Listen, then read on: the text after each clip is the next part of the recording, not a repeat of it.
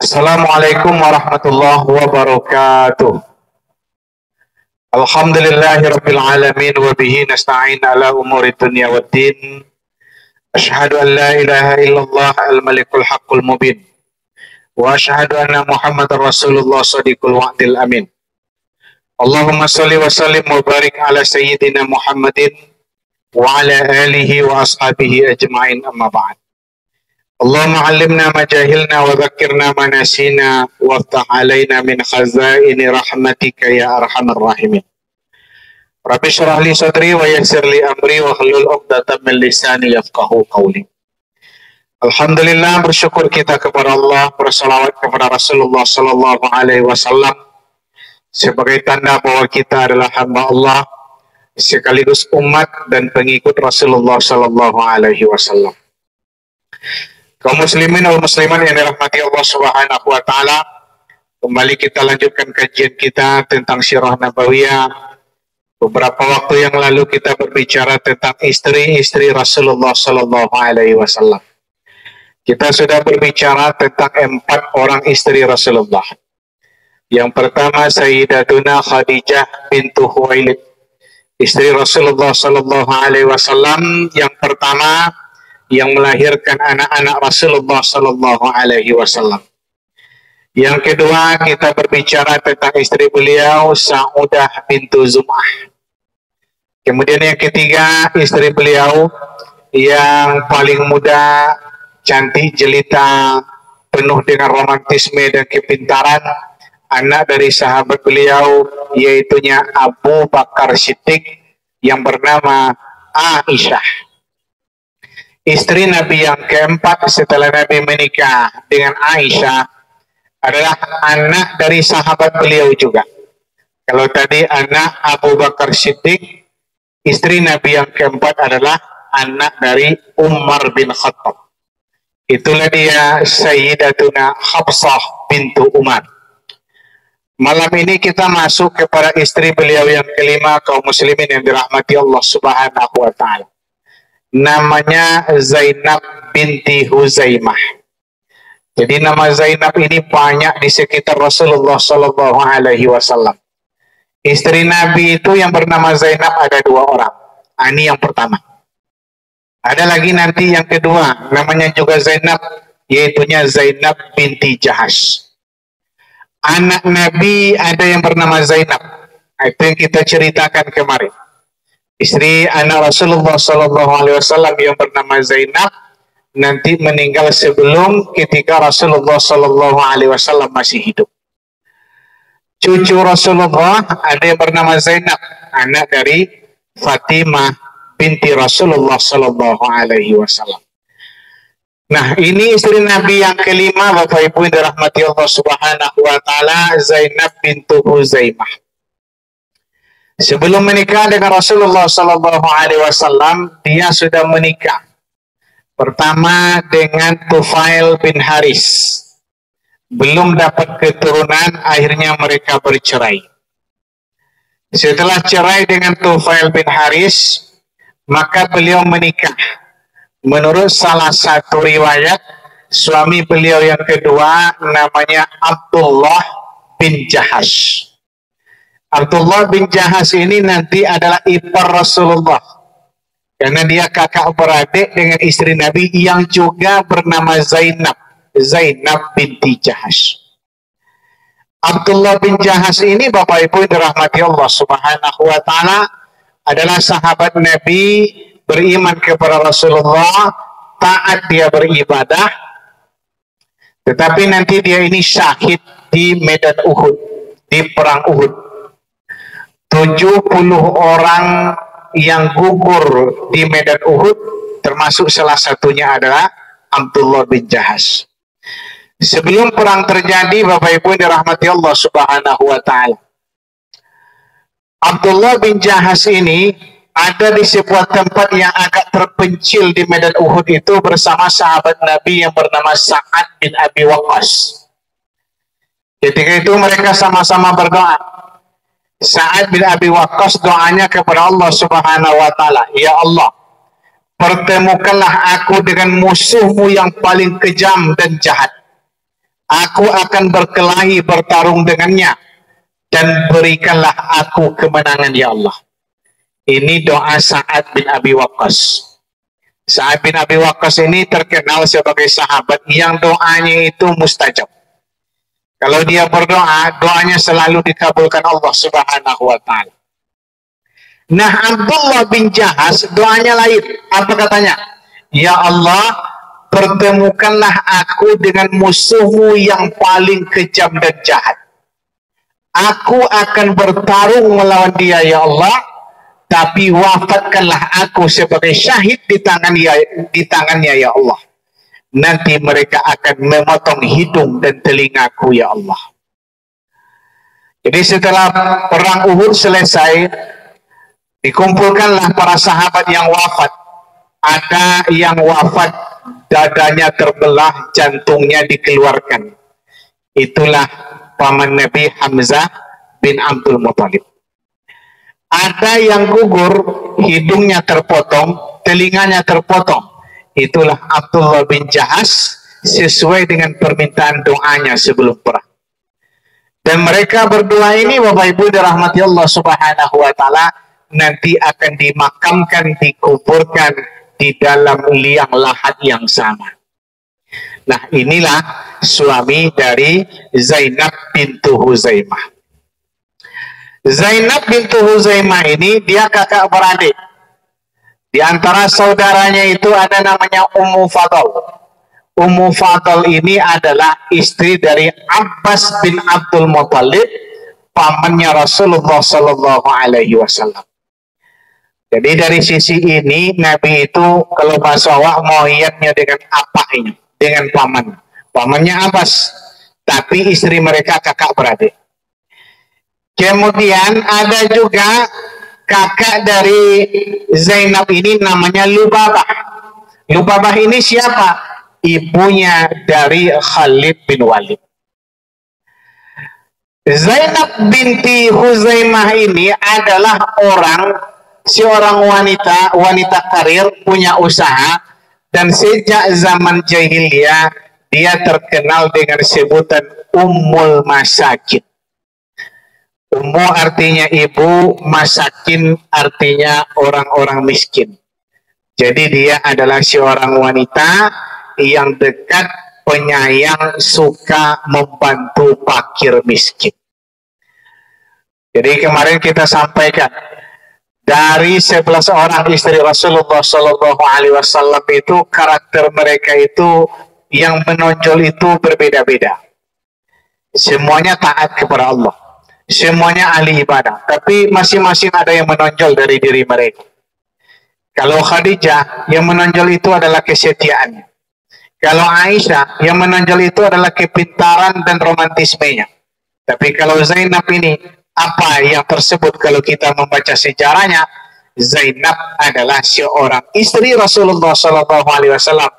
Jauh sebelum bertemu dengan Rasulullah, jauh sebelum dipersunting Rasulullah SAW, dia juga terkenal sebagai orang yang selalu suka membantu fakir miskin. Sampai-sampai dia dijuluki dengan Ummul Masakin. Lahir 13 tahun sebelum Nabi diangkat jadi Rasul. Jadi kalau Nabi diangkat jadi Rasul di usia 40 tahun, berarti beda usia Rasulullah dengan Ummu Salamah itu lebih kurang 27 tahun. Jadi ketika nikah dipersunting oleh Rasulullah Sallallahu Alaihi Wasallam itu tahun ketiga Hijriah. Usia Nabi ketika itu lebih kurang 56 atau 57 tahun.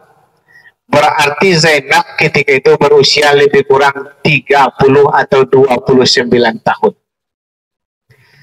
Ketika dinikahi Rasulullah Sallallahu Alaihi Wasallam, Zainab ini diriwayatkan tidak punya keturunan. Jadi dia belum punya keturunan, Bapak Ibu yang dirahmati Allah Subhanahu wa ta'ala. Dan dalam perang Uhud yang kita ceritakan tadi, Zainab termasuk salah satu tim medis. Kalau masuk itunya PMI-nya, palang merahnya, bulan sabit merahnya. Dialah yang termasuk tim medis yang merawat para sahabat yang luka-luka, dan betapa terkejutnya dia nanti ketika di antara yang luka-luka itu adalah suaminya sendiri yang kita katakan tadi, Abdullah binti Jahas. Maka setelah kematian suaminya, Bapak Ibu dirahmati Allah Subhanahu wa taala, di tahun ketiga Hijriah, pada bulan Ramadan, Rasulullah Sallallahu Alaihi Wasallam menikahi Zainab bintu Huzaimah dengan mas kawin 400 dirham. 400 dirham, kalau 1 dirham itu mungkin lebih kurang 60-an atau 70-an ribu. Dikalilah dengan 300. Sebanyak itulah mas kawin Rasulullah Sallallahu Alaihi Wasallam ketika menikahi Zainab. Kemudian Bapak Ibu dirahmati Allah Subhanahu wa taala, Zainab ini ternyata tidak berumur panjang. Maka kalau kita baca sejarah Zainab, tak banyak riwayat yang bisa kita petik. Tak banyak sejarah cerita yang bisa kita sampaikan. Kenapa? Usianya tidak panjang, kebersamaannya bersama Rasulullah Sallallahu Alaihi Wasallam juga tidak lama. Menikah dengan Rasulullah bulan Ramadan tahun ketiga Hijriah. Pada bulan Rabiul Akhir tahun keempat Hijriah, 8 bulan setelah mereka menikah, Zainab bintu Huzaimah berpulang ke rahmatullah. Jadi Nabi selama hidupnya pernah 2 kali ditinggal mati oleh istrinya. Pertama di Mekah, meninggallah Khadijah bintu Huwailid setelah lebih kurang 25 tahun berumah tangga dengan Rasulullah Sallallahu Alaihi Wasallam. Kemudian di Madinah meninggallah istri beliau Zainab bintu Huzaimah lebih kurang 8 bulan setelah mereka berumah tangga. Maka Zainab ini Bapak Ibu dirahmati Allah Subhanahu wa taala termasuklah istri Rasulullah yang dimakamkan di pemakaman Baqi. Setelah itu Nabi mempersunting seorang wanita namanya Hindun bintu Abi Umayyah.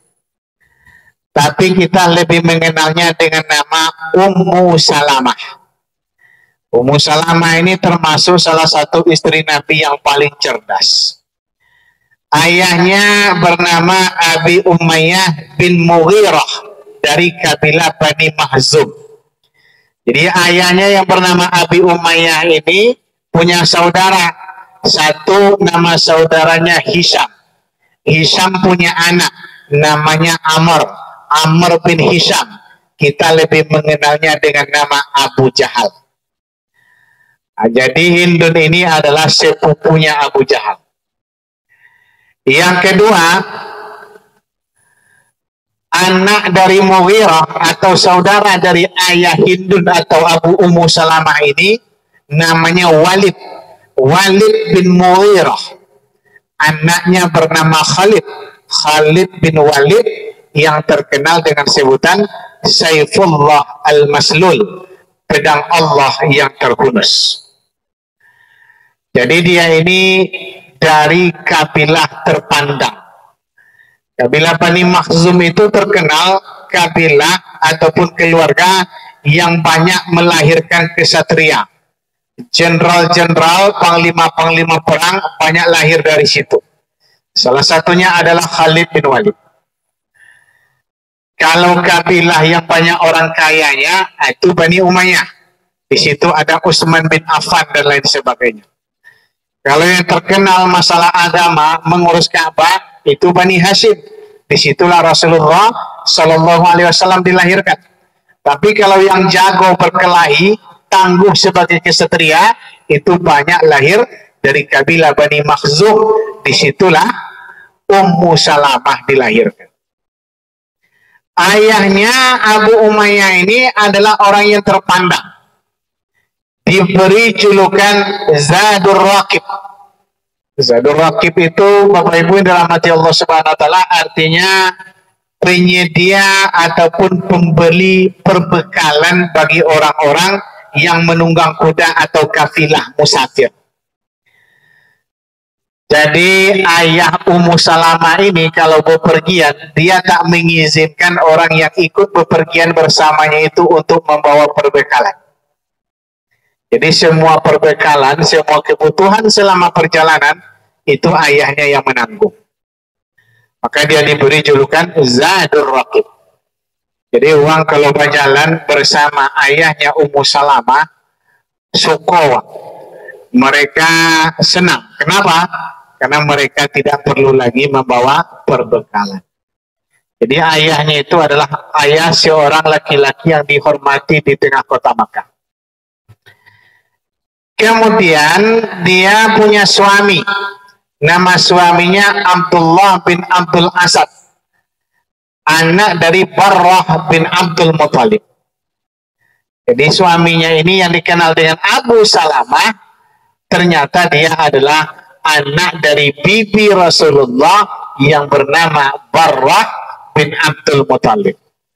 Jadi kalau kita baca sejarah belok-belok di situ aja, sahabat-sahabat Rasulullah satu dengan yang lainnya itu ternyata punya keterkaitan hubungan darah, hubungan kekeluargaan. Lahir 24 tahun sebelum Rasulullah Shallallahu Alaihi Wasallam hijrah. Jadi usianya masih muda. Dan dia termasuk wanita yang terkenal dengan kecantikannya. Termasuk wanita yang berparas jelita itu adalah Ummu Salamah. Ketika mereka, Ummu Salamah ini termasuk as-sabiqun al-awwalun, termasuk orang yang masuk Islam di awal-awal kedatangan Islam. Maka termasuklah dia yang merasakan penindasan, tekanan dari kaum kafir Quraisy, sampai akhirnya mereka diberikan izin oleh Rasulullah Shallallahu Alaihi Wasallam untuk hijrah ke negeri Habsyah. Jadi ada nanti beberapa orang sahabat yang hijrah ke negeri Habsyah, termasuk diantaranya Ummu Salamah dan Abu Salamah. Di negeri Habsyah inilah Bapak Ibu yang dirahmati Allah Subhanahu wa Ta'ala, anak mereka lahir yang bernama Salamah. Jadi Ummu Salamah itu artinya emaknya atau ibunya Salamah. Abu Salamah artinya ayahnya Salamah. Di mana Salamah ini lahir? Ketika mereka hijrah ke negeri Habsyah. Dalam sejarah hijrah, Bapak Ibu yang dirahmati Allah Subhanahu wa Ta'ala, dua rombongan yang hijrah ke negeri Habsyah. Nanti kaum kafir Quraisy mengutus utusan. Satu namanya Amr bin As, dua namanya Abdullah bin Rabi'ah, melobi Raja Najasyi yang terkenal keadilannya itu untuk mengembalikan para sahabat untuk dipulangkan kembali ke kota Mekah. Maka mereka bawalah banyak hadiah, banyak pemberian hadiah untuk Raja Najasyi. Ketika itu mereka sampaikan kepada Raja Najasyi, yang datang ini meninggalkan agama nenek moyang kami, tetapi mereka tidak masuk ke agamamu. Agama Raja Najasyi itu kan agama Nasrani. Mereka tinggalkan agama kami, tapi tidak masuk ke agama Nasrani. Jadi mereka ini tak seagama dengan kami, tak seagama dengan kamu. Kata Amr bin As, kembalikan mereka ke kota Mekah. Jadi dilobilah Raja Najasyi. Raja Najasyi terkenal raja yang adil. Dia panggillah para sahabat yang hijrah, yang tinggal di negeri Habsyah. Yang jadi juru bicaranya ketika itu adalah Ja'far bin Abi Thalib. Ja'far sampaikanlah kepada mereka, Raja Najasyi meminta Ja'far untuk membacakan ayat-ayat Al-Quran di hadapan Raja Najasyi. Ketika itu Ja'far bin Abi Thalib membacakan surat Maryam, Kaf Ha Ya Ain Sad di hadapan Raja Najasyi. Kita tahu Maryam ini adalah ibunya Nabi Isa, orang yang dihormati dan dimuliakan oleh orang-orang yang beragama Nasrani. Maka mendengar bacaan itu meneteslah air mata Raja Najasyi. Apa kata Raja Najasyi? kembalikan semua hadiah ini kepada orang tadi, kepada Amr bin As dan Abdullah bin Rabi'ah. Dulu ketika saya mendapatkan tahta ini, singgasana ini, saya tidak pernah mengeluarkan sogokan. Saya tak pernah menyogok untuk mendapatkan kedudukan ini. Maka selama saya duduk di atas singgasana ini, memerintah di atas singgasana ini, pantang bagi Najasyi untuk menerima sogokan. Jadi Bapak Ibu yang dirahmati Allah Subhanahu wa taala, ini pelajaran bagi kita ini. Orang yang bisa tahan dari menerima sogokan itu hanyalah orang-orang yang dulu naik bukan karena sogokan. Jadi kalau kini banyak pemimpin-pemimpin kita yang naik mereka karena sogokan, karena menyogok, baik itu menyogok atasan maupun menyogok masyarakat, maka kita jangan terlalu berharap mereka nanti akan terpelihara dari dosa riswah atau sogokan. Kadang-kadang kita yang mendidik pemimpin-pemimpin kita untuk menerima riswah. Ini 14 Februari, Bapak Ibu yang dirahmati Allah Subhanahu wa taala, kita akan diberikan kuasa, punya kesempatan untuk menentukan para pemimpin-pemimpin kita. Ada nanti godaan yang akan menghampiri kita, Bapak Ibu dirahmati Allah Subhanahu wa taala. Carilah pemimpin yang akan bisa memberikan pahala, aliran pahala kepada kita yang memberikan. Dulu ketika Umar bin Abdul Aziz akan jadi khalifah, khalifah sebelumnya ingin menunjuk anaknya yang masih kecil untuk pengganti dia. Tapi dinasihati oleh ulama ketika itu, di antara pahala yang akan mengalir kepada seorang hamba setelah dia meninggalkan dunia ini adalah ketika dia meninggalkan urusan kaum muslimin kepada orang-orang yang bertakwa kepada Allah Subhanahu wa taala. Jadi kalau kita memilih pemimpin, pemimpin yang kita pilih itu adalah orang yang bertakwa kepada Allah Subhanahu wa taala. Nanti setelah memimpin mereka berkiprah dengan baik, menebarkan keadilan, menyebarkan kebaikan kepada kaum muslimin, kita mungkin sudah mati, hancur tulang belulang kita di kandung tanah. Tetapi pemimpin-pemimpin yang kita tunjuk dulu masih memimpin dengan adil. Mudah-mudahan dari situ kita bisa menerima aliran pahala dari kiprah kepemimpinan mereka. Bapak Ibu dirahmati Allah Subhanahu wa taala, maka Abu Salamah dan Ummu Salamah istrinya termasuklah sahabat yang pernah hijrah ke negeri Habsyah. Nanti mereka pulang ke kota Mekah. Di kota Mekah ternyata tekanan itu semakin kuat mereka terima dari penduduk Mekah. Lalu datanglah waktunya bagi orang-orang beriman untuk hijrah ke kota Madinah. Maka Abu Salamah dan Ummu Salamah ini termasuk orang yang akan berhijrah ke kota Madinah. Anak mereka masih kecil, di antaranya yang bernama Salamah tersebut. Ada kisah yang menyedihkan ketika Ummu Salamah ini hijrah ke kota Madinah. Dia sudah akan hijrah. Ketika akan naik ke atas ontanya, datanglah keluarga dari Ummu Salamah, dari Bani Mahzum, mama-mama dia, saudara-saudara dia menghalangi mereka. Jadi dia ini dilarang hijrah, dihambat, dihalangi hijrah.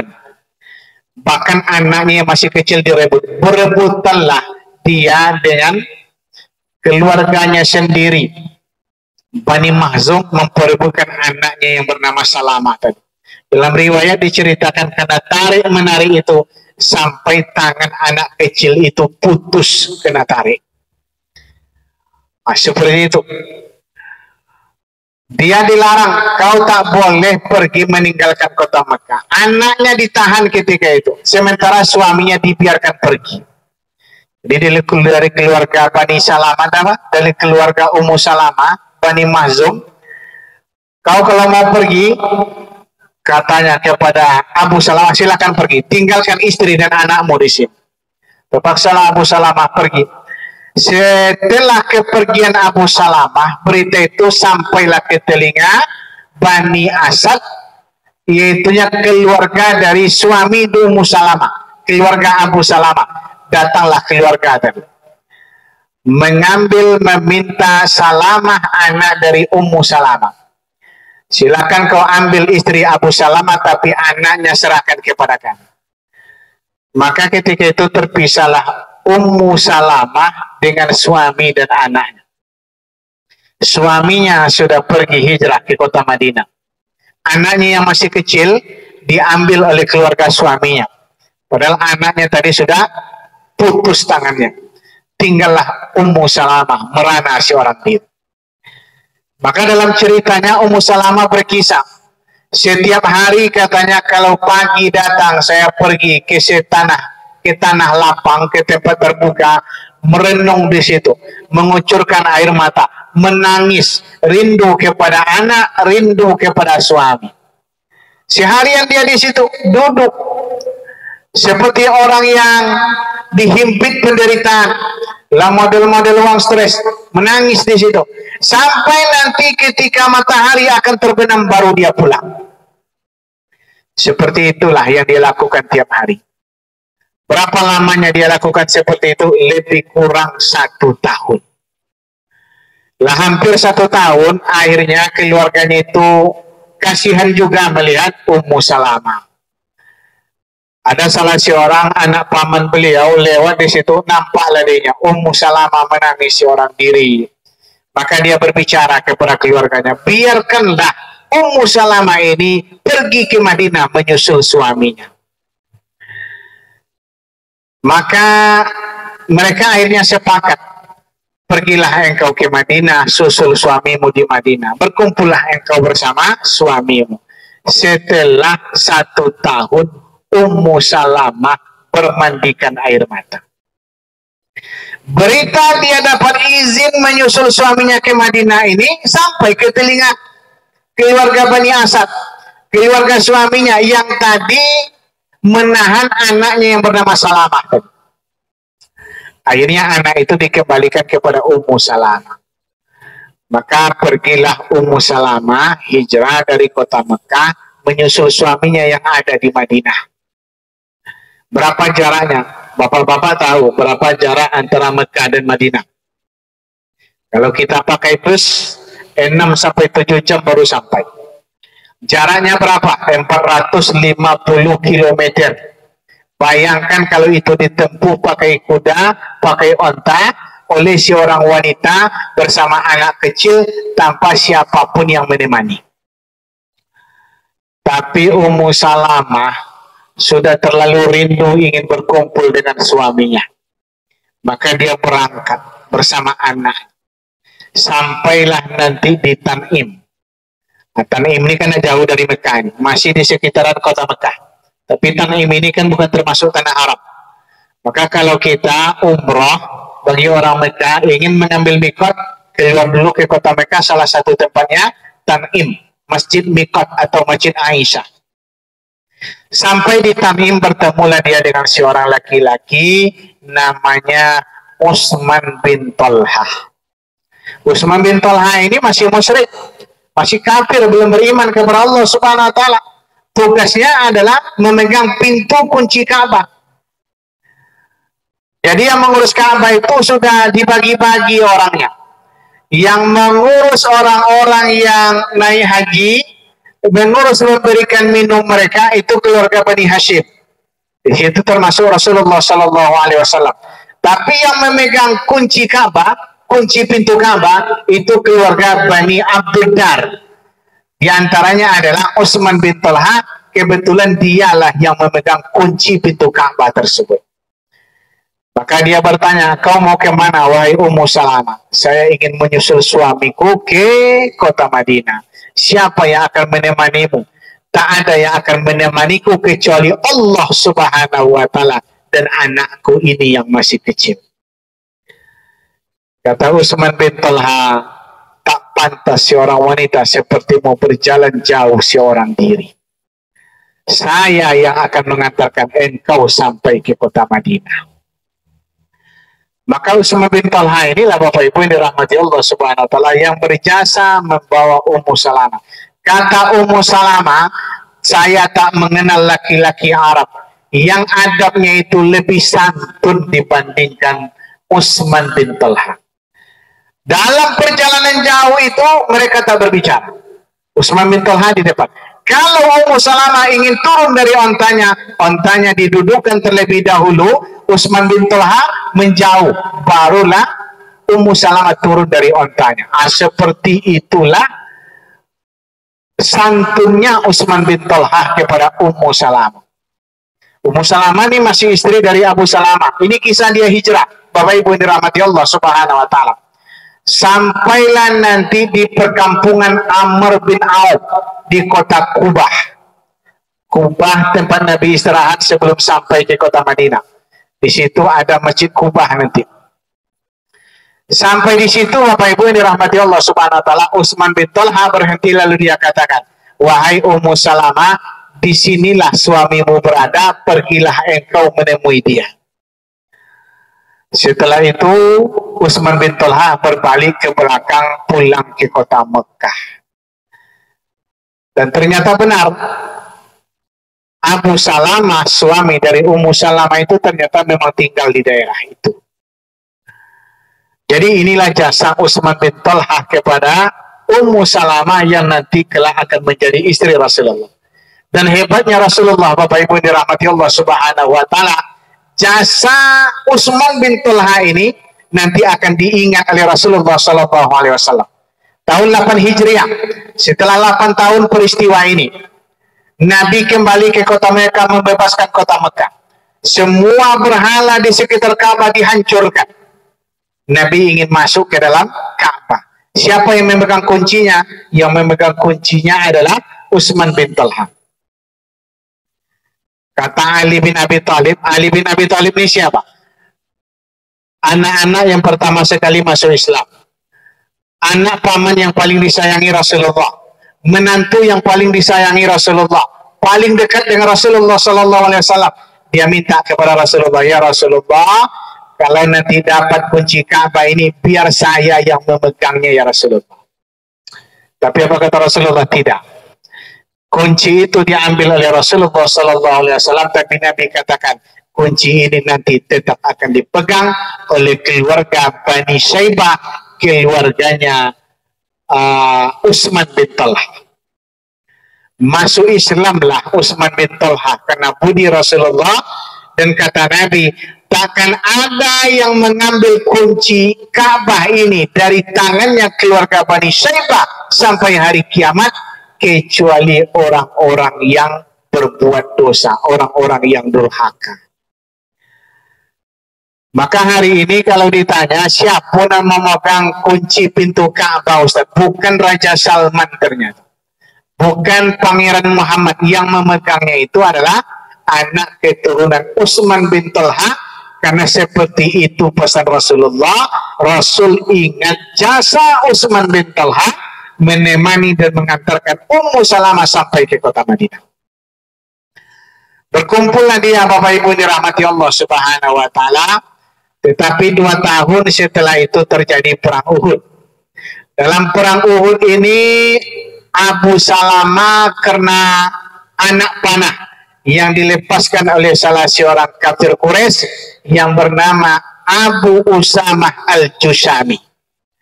Kenalah salah satu lengannya, luka parah lah Abu Salamah. Setelah perang Uhud itu dia dirawat dengan sepenuh hati oleh istrinya Ummu Salamah. Tetapi datang tugas baru, ada yang mau menyerang Rasulullah. Nabi mengutus Abu Salamah memimpin 150 orang pasukan memeranginya. Dalam perang yang kedua itu lukanya kembali kambuh. Itulah akhirnya yang mengantarkan Abu Salamah wafat kembali kepada Allah Subhanahu wa taala. Jadi sebelum Abu Salamah ini wafat, mungkin ketika masih sudah sakaratul maut, Bapak Ibu dirahmati Allah, berkatalah Ummu Salamah kepada Abu Salamah, "Balagani annahu laisa imra'atun yamutu zawjuha wa huwa min ahlil jannah. Summa lam tuzawwaj illa jama'allahu bainahuma fil jannah." Telah sampai kepadaku, kata Ummu Salamah, Rasulullah sallallahu alaihi wasallam pernah mengatakan, kalau ada seorang istri yang suaminya meninggal, suaminya ini adalah ahli surga, masuk surga, dan istrinya tidak menikah setelah kematian suaminya, maka Allah Subhanahu wa Ta'ala akan mengumpulkan mereka kembali di dalam surga. Nah, jadi disampaikan oleh Ummu Salamah. Maka mari kita bersumpah, kata Ummu Salamah, kalau kau yang meninggal duluan, saya bersumpah tidak akan menikah lagi setelah kematian. Tapi kalau saya yang meninggal duluan, saya minta kau bersumpah jangan menikah lagi. Dia ajak dia Ummu Salamah. Tapi apa kata Abu Salamah? Apakah engkau mau mentaatiku? Mau menuruti perintahku? Naam, kata Ummu Salamah. Mau. Kata Abu Salamah, iza mutu tazawwaji, Allahumma razzuq Umma Salamah ba'di rajulan khairan minni, la yuhzinuha wa la yu'ziha. Kalau nanti saya meninggal, nikahlah engkau lagi. Aku terbezo awak dengan Abu Salamah mungkin kan. Kalau kita kan meninggal dunia mungkin dah ikut kehapusan kita kepada istri kita. Kalau nanti saya meninggal dunia, menikahlah engkau lagi dengan laki-laki yang lain. Ketika itu dia langsung berdoa kepada Allah Subhanahu wa Ta'ala. Allahumma rizq Umma Salamah ba'di rajulan khairan minni. Ya Allah, anugerahkanlah kepada Ummu Salamah laki-laki yang lebih baik daripada aku setelah kematianku, yang takkan pernah membuat ia sedih dan takkan pernah menyakitinya. Maka setelah Ummu Salamah meninggal, Abu Salamah berkata, siapalah orang yang lebih baik daripada Abu Salamah. Ketika itu Bapak Ibu yang dirahmati Allah Subhanahu wa Ta'ala, ketika Abu Salamah meninggal dunia, masuklah Rasulullah ke rumah Abu Salamah. Abu Salamah matanya terbuka, memandang ke atas. Ditutup oleh Rasulullah SAW. Kata Nabi, inna ruha iza qubida tabi'ahul basar. Sesungguhnya ruh kalau dia keluar dari tubuh, dari jasad, maka kepergiannya itu akan diikuti oleh pandangan mata. Maka meninggal dunia itu matanya memandang kate, mengikuti keluarnya ruh dari jasad. Mendengar itu menangislah semua keluarga Abu Salamah, berarti Abu Salamah sudah meninggal dunia. Maka didoakan oleh Rasulullah SAW. Melihat keluarganya itu menangis, apa kata Rasulullah SAW? La tad'u ala anfusikum illa bi khairin. Kamu boleh menangis, tetapi janganlah berdoa kecuali yang baik-baik. Fa innal malaikata yu'minuna ala ma taqulun. Karena apa yang kalian katakan itu diaminkan oleh para malaikat. Artinya kalau kita dapat musibah, menangis silakan menangis, tetapi kata-kata yang keluar tetaplah kata-kata yang baik, karena kata-kata yang kita keluarkan ketika itu diaminkan oleh para malaikat. Setelah kematian Abu Salamah ini, Bapak Ibu dirahmati Allah Subhanahu wa Ta'ala, adakah yang datang melamar? Ada. Datanglah melamar Abu Bakar Siddiq. Karena Ummu Salamah ini adalah orang yang cantik jelita, sahabiah, termasuk salah seorang yang masuk Islam di awal-awal kedatangan Islam. Tapi lamaran Abu Bakar ditolak oleh Ummu Salamah. Setelah itu datang lagi lamaran kedua. Siapa yang melamar? Umar bin Khattab. Jadi kalau puana kita dulu melamar ditolak oleh seorang gadis, jangan berkecil hati pula. Abu Bakar pun pernah ditolak lamarannya, Umar bin Khattab pernah ditolak lamarannya. Akhirnya datanglah utusan Rasulullah. Nama utusannya Hatib bin Abi Balta'ah, menyampaikan lamaran Rasulullah SAW. Apa kata Ummu Salamah? Sampaikan kepada Rasulullah, saya adalah wanita pencemburu. Anak saya masih kecil-kecil. Dan di Madinah ini, saya tak punya wali. Artinya ditolak secara halus sebetulnya. Awal-awalnya oleh Ummu Salamah. Alasannya banyak pula. Pertama, saya pencemburu. Yang kedua, anak saya masih kecil-kecil. Yang ketiga, di Madinah saya tak punya wali. Kata Rasulullah, adapun masalah anaknya anakku juga. Insya Allah nanti Allah akan mencukupkan. Kalau masalah dia pencemburu, maka saya akan berdoa kepada Allah Subhanahu wa taala agar kecemburuannya dihilangkan Allah Subhanahu wa taala. Maka di antara istri Rasulullah yang paling bijaksana itu adalah Ummu Salamah. Kenapa? Karena dia tak punya kecemburuan kepada Rasulullah sallallahu alaihi wasallam. Jadi bini awak kadang-kadang banyak kehilangan akal sehatnya gara-gara kecemburuan. Ummu Salamah awalnya pencemburu, tetapi didoakan oleh Rasulullah sallallahu alaihi wasallam, maka tidak ada kecemburuan. Rasa percayanya kepada Rasulullah sallallahu alaihi wasallam itu luar biasa. Inilah istri Rasulullah sallallahu alaihi wasallam yang bernama Ummu Salamah. Dan dia adalah istri Nabi yang paling terakhir kali wafat. Dia wafat tahun 61 Hijriah, usianya ketika itu 90 tahun setelah Husain cucu Rasulullah sallallahu alaihi wasallam wafat. Husain wafat syahid di Medan Karbala, dibunuh secara sadis dan kejam. Ketika berita itu sampai kepada Ummu Salamah bersedih luar biasa sampai dia pingsan karena kesedihannya. Dan tak lama setelah itu Ummu Salamah berpulang ke rahmatullah. Nah, jadi ini Bapak Ibu dirahmati Allah Subhanahu wa taala, salah satu keutamaan Ummu Salamah ini, dia cerdas, sering memberikan usulan-usulan brilian, dan kalau ada forum-forum dia sering tampil di muka forum. Jadi ini istri Rasulullah sallallahu alaihi wasallam yang keenam, yang bernama Hindun binti Abi Umayyah, atau yang lebih kita kenal dengan sebutan Ummu Salamah. Bapak Ibu dirahmati Allah Subhanahu wa taala, ini yang dapat kita sampaikan dalam kesempatan kali ini. Mohon maaf kalau ada kekurangan. Billahi taufiq wal hidayah. Wassalamualaikum warahmatullahi wabarakatuh.